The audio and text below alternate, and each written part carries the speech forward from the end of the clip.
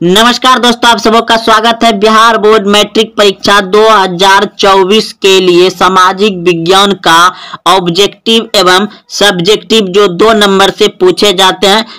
तो पहला प्रश्न है, भारत की राष्ट्रीय आय का अनुमान किसके द्वारा लगाया जाता है? भारत की राष्ट्रीय आय यानी कि जैसे आपका घर में कोई गार्जियन है तो पिताजी है जो कमाने वाले हैं, तो कितना महीना में कमा लेता है, कितना साल में कमा लेता है। अगर आप जाति आय प्रमाण पत्र बनाए होंगे ना, तो उसमें राष्ट्रीय मतलब जो आय होता है ना, सालाना आय ही लिखा रहता है। अगर आप क्या आय प्रमाण पत्र देखिए, जाति प्रमाण पत्र, आय प्रमाण पत्र, निवास प्रमाण पत्र बनवाते हैं, तो आय प्रमाण पत्र में आपका पूरा सालाना 1 साल में कितना कमाते हैं वह चीज दिया रहता है। तो उसी प्रकार से कि आपका पिताजी साल भर में कितना कमाता है या महीने में कितना कमाता है, महीने में जानते हैं, साल में आप उसको मतलब जोड़ना पड़ेगा।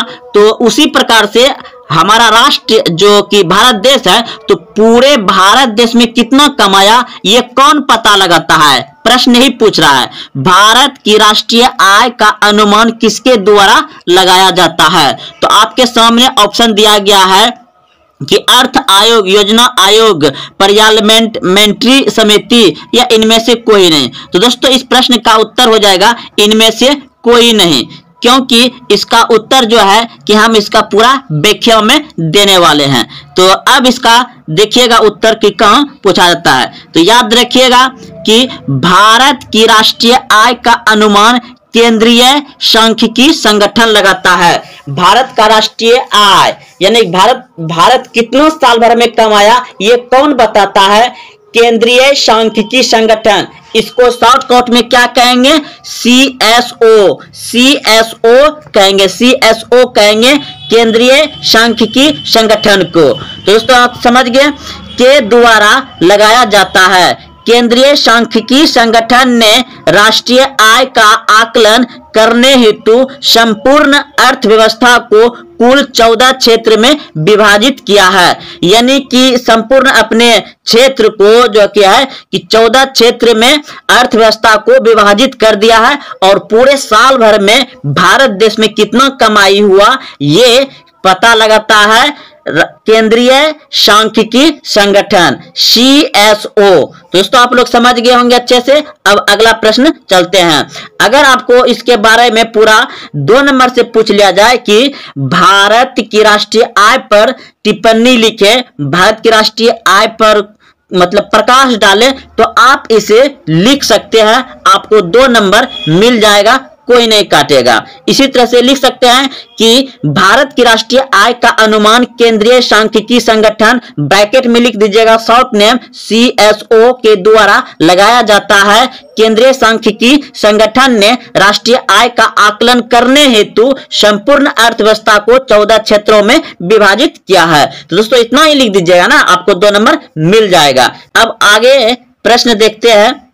प्रश्न है कि भारत का प्राचीनतम तेल शोधक कारखाना निम्नलिखित स्थान में है। तो यानी कि भारत का प्राचीनतम तेल शोध कारखाना निम्नलिखित स्थान पर है।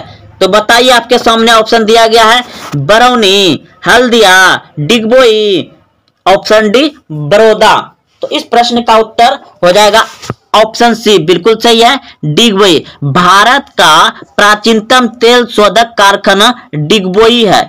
पूछ दिया जाएगा कि डिगबोई किस राज्य में है, तो असम में है। आइए इसका पूरा व्याख्या समझ लेते हैं। तो देखिए पूरा व्याख्या है, असम का डिगबोई क्षेत्र भारत का सबसे प्राचीन तेल क्षेत्र है। देश में पेट्रोलियम और प्राकृतिक गैस के कुल उत्पादन में असम राज्य का बड़ा हिस्सा है। तो दोस्तों आप लोग समझ गए होंगे कि पेट्रोलियम और प्राकृतिक गैस का कुल उत्पादन में से असम राज्य का बड़ा हिस्सा है। किसके लिए? तो भारत के लिए। और भारत का सबसे पुराना तेल शोधक कारखाना डिगबोई कहाँ है? असम में। चलिए आप लोग अच्छे समझ गए होंगे, इसे आप कॉपी में नोट कर लें।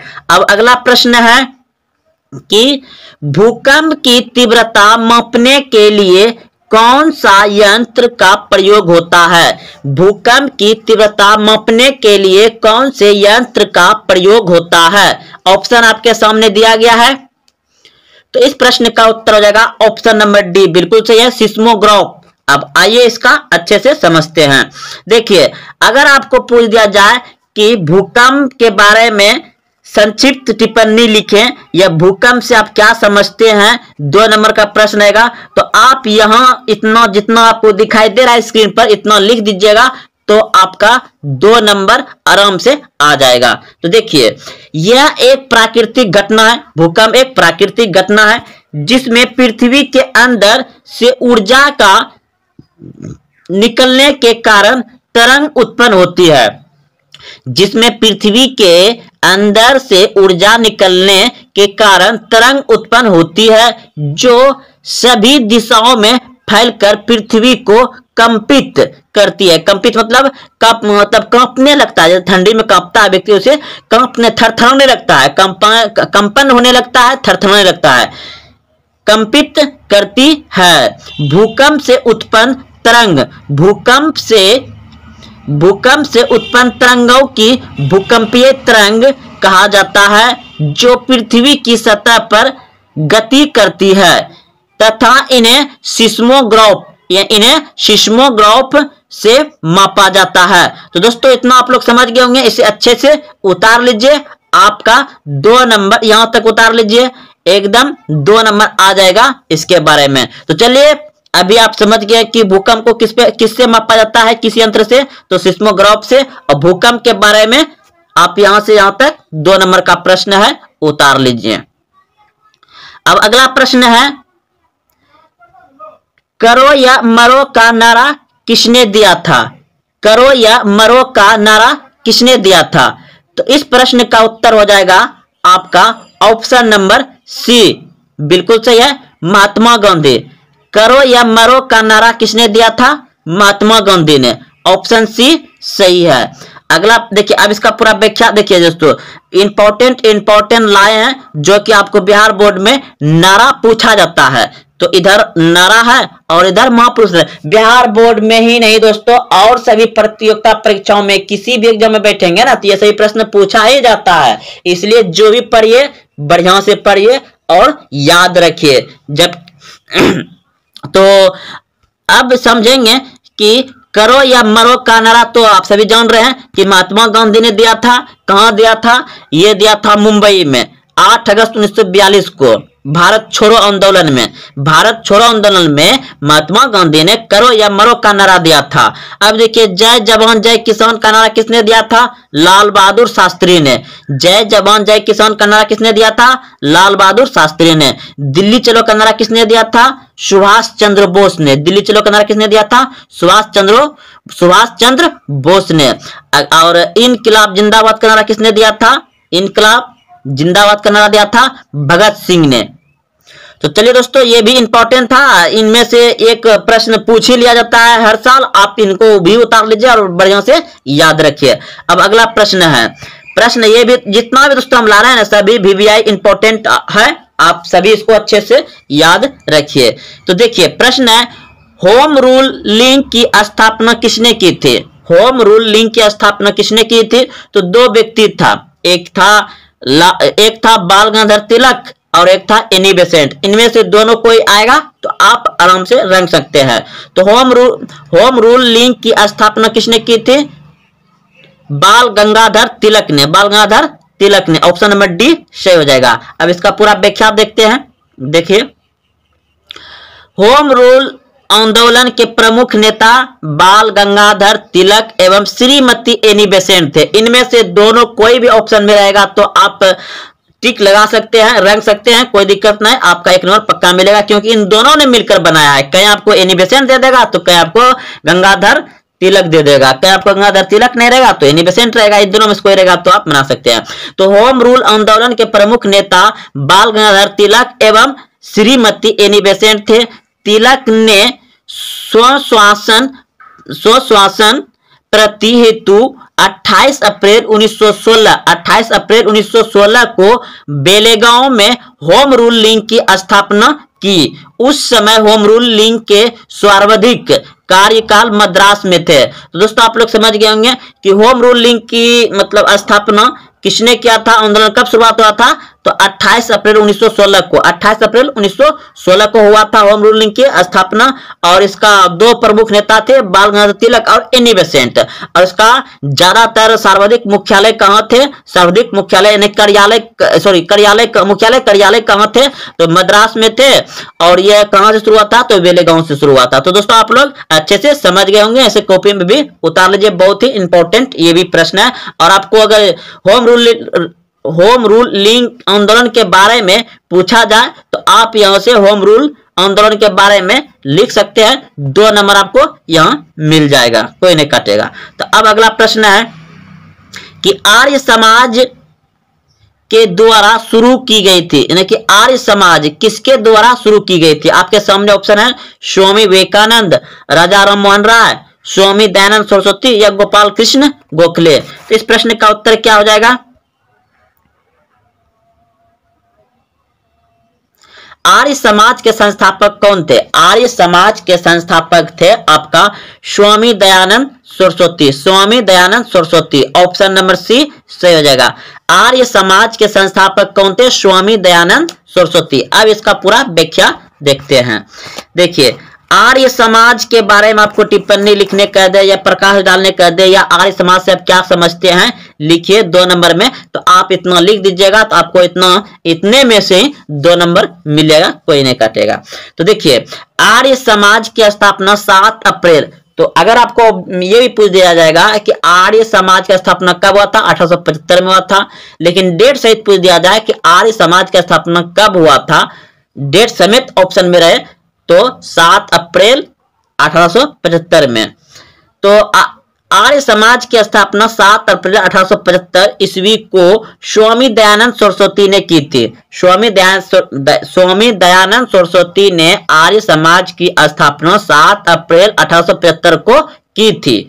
यह एक हिंदू धर्म सुधार आंदोलन है, यह एक हिंदू धर्म सुधार आंदोलन है। स्वामी दयानंद सरस्वती ने इसकी स्थापना अपने गुरु स्वामी विरजानंद की प्रेरणा से की थी। तो इसका जो गुरु था ना, गुरु स्वामी विरजानंद की प्रेरणा से की थी। उसका मतलब उसके गुरु ने कहा था ऐसा करने के लिए। तो दोस्तों आप लोग इसे अच्छे से लिख लीजिए, 2 नंबर इससे से भी आपको आ जाएगा। और ऑब्जेक्टिव तो आपको याद ही रह गया। इसमें देखिए कितना प्रश्न सीखे। आर्य समाज की स्थापना कब हुआ था, 1875 में। अगर डेट सहित पूछ लिया जाए तो 7 अप्रैल 1875 में। आर्य समाज की स्थापना कब हुआ था, तो ये समझ गया 7 अप्रैल 1875 में। आर्य समाज की स्थापना किसने की थी, तो स्वामी दयानंद सरस्वती ने की थी। स्वामी दयानंद सरस्वती ने आर्य समाज की स्थापना किसके कहने पर किया था, तो अपने गुरु स्वामी विरजानंद के प्रेरणा से किया था। चलिए, और यह एक हिंदू धर्म सुधार आंदोलन था। अब अगला प्रश्न देखते हैं। चिपको आंदोलन है एक, चिपको आंदोलन क्या है, चिपको आंदोलन एक है पर्यावरण आंदोलन। क्या है, पर्यावरण आंदोलन। अब पर्यावरण आंदोलन क्या होता है, पर्यावरण में आता है पेड़ पौधे। अगर पेड़ पौधे ही नहीं रहेंगे तो पर्यावरण सुरक्षित नहीं रहेंगे। तो चिपको आंदोलन यानी कि जो है ना, ये उत्तर प्रदेश में जिसमें हुआ था, ये उत्तर प्रदेश में था, लेकिन अभी ये उत्तर प्रदेश से अब चल गया है उत्तराखंड में। तो उस समय चिपको आंदोलन में महिला, बच्चे, बूढ़े व्यक्ति, जितने भी गांव के आदमी थे, सभी पेड़ से चिपक के पेड़ काटने से बचा रहे थे, इसीलिए इसका नाम चिपको आंदोलन पड़ गया। अब आइए इसको पूरा व्याख्या से समझते हैं। तो चिपको आंदोलन था पर्यावरणीय आंदोलन। अगला प्रश्न देखिए, इसका देखते हैं संबंधित पूरा व्याख्या। तो देखिए, चिपको आंदोलन का संबंध पर्यावरण से है। इस आंदोलन की शुरुआत 1973 ईस्वी में तत्कालीन उत्तर प्रदेश की चमेली जिले से हुई थी, जो अब उत्तराखंड राज्य में पड़ता है। इस आंदोलन की शुरुआत सुंदरलाल बहुगुणा ने की थी। अब देखो पूछ दिया जाएगा कि चिपको आंदोलन की शुरुआत किसने किया था, तो सुंदरलाल बहुगुणा ने किया था। चिपको आंदोलन कब हुआ था, 1973 ईस्वी में हुआ था। और जो बात इसमें नहीं लिखा है वो हम बता देते हैं। चिपको आंदोलन जो है ना, मतलब पेड़ सब उसमें काटा, मतलब काटता था बहुत सारा आदमी, तो गांव का आदमी सब जो है ना पेड़ उसको पेड़ पौधे को बचाने के लिए पेड़ से बहुत सारा महिला सब चिपक चिपक के उसको बचा रहे थे। तो दोस्तों ये हम ऑब्जेक्टिव के साथ बता रहे हैं। अगर आप उसका पूरा डिटेल से देखना चाहते हैं तो अभिषेक कुमार गुप्ता जी यूट्यूब चैनल पर चिपको आंदोलन सर्च करें, साथ में अभिषेक कुमार गुप्ता जी भी बोलिए या लिखिए, वो आ जाएगा आपका चिपको आंदोलन का पूरा व्याख्या और इमेज के साथ। तो अब अगला प्रश्न देखते हैं, इसे भी उतार लीजिए, यहां से भी आपका 2 नंबर मिलेगा, कोई नहीं काट सकता है दोस्तों। अब देखिए अगला प्रश्न है कि विश्व की सबसे लंबी नदी कौन सी है, विश्व की सबसे लंबी नदी कौन सी है, तो विश्व का सबसे लंबी नदी है आपका नील नदी। और भारत देश की सबसे लंबी नदी है गंगा नदी, जो बहती हुई है, सब दिन बहती रहती है। भारत देश का गंगा नदी और पूरे विश्व में नील नदी। अगला प्रश्न है कि भारतीय राष्ट्रीय कांग्रेस की प्रथम महिला अध्यक्ष कौन थी, भारतीय राष्ट्रीय कांग्रेस की प्रथम महिला अध्यक्ष कौन थी। तो दोस्तों आप सभी जानते हैं कि भारतीय राष्ट्रीय कांग्रेस की स्थापना जो हुआ है 1885 ईस्वी में A.O. ह्यूम ने किया था।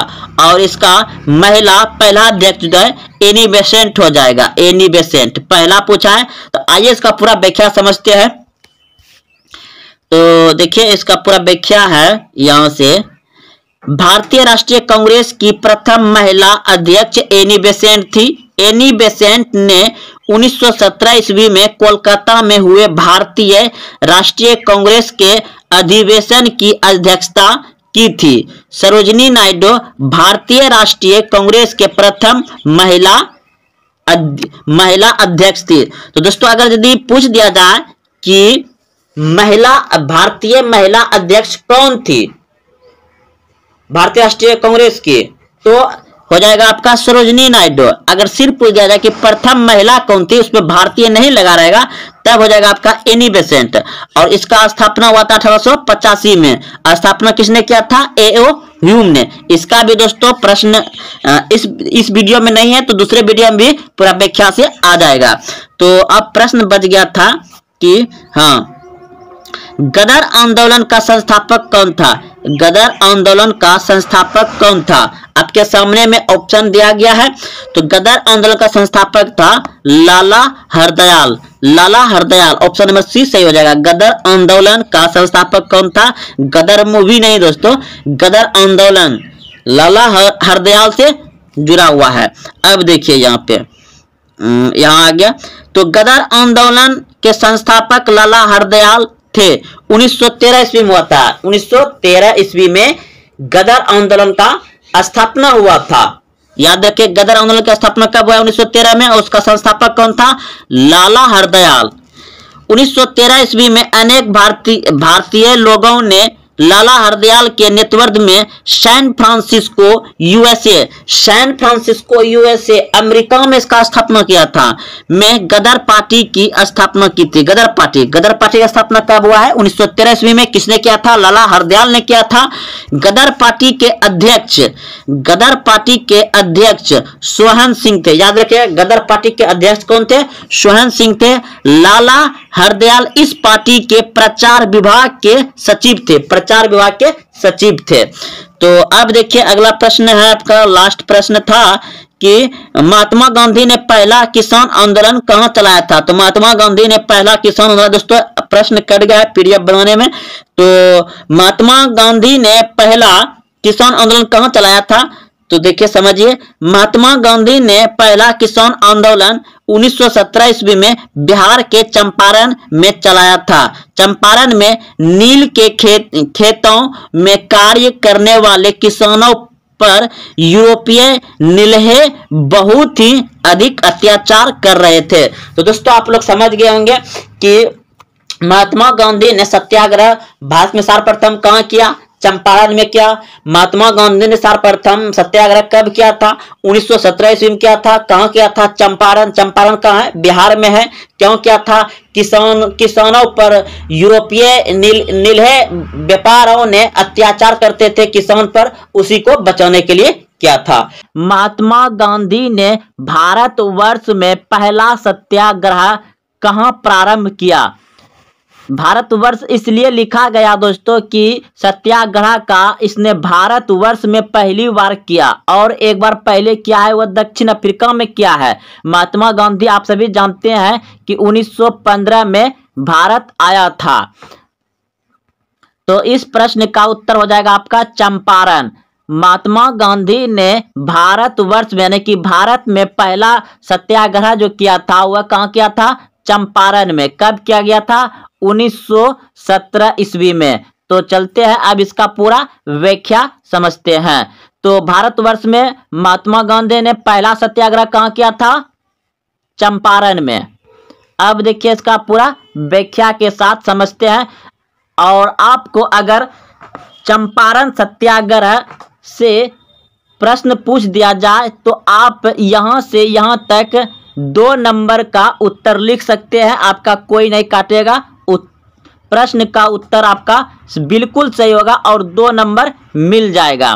तो देखिए महात्मा गांधी ने सत्याग्रह का सर्वप्रथम प्रयोग दक्षिण अफ्रीका में किया था। दक्षिण अफ्रीका में किया था। भारत में सत्याग्रह का पहला प्रयोग उन्होंने 1917 ईस्वी में चंपारण बिहार में किया। 1917 ईस्वी चंपारण बिहार में किया। बिहार के एक किसान नेता राजकुमार शुक्ल ने गांधी जी को चंपारण आने के लिए प्रेरित किया था। तो दोस्तों आप लोग समझ गए अच्छे से कि चंपारण में जो सत्याग्रह हुआ था तो उसमें मतलब चंपारण ग्रहण के लिए किसने बुलाया था? तो राजकुमार शुक्ल ने महात्मा गांधी को आने के लिए प्रेरित किया था, बुलाया था। तो दोस्तों आप लोग अच्छे से समझ गए होंगे चंपारण सत्याग्रह पर कहेगा प्रकाश डालने के लिए या क्या समझते हैं, तो आप इस तरह से लिख सकते हैं। महात्मा गांधी ने सत्याग्रह का सर्वप्रथम प्रयोग दक्षिण अफ्रीका में किया था।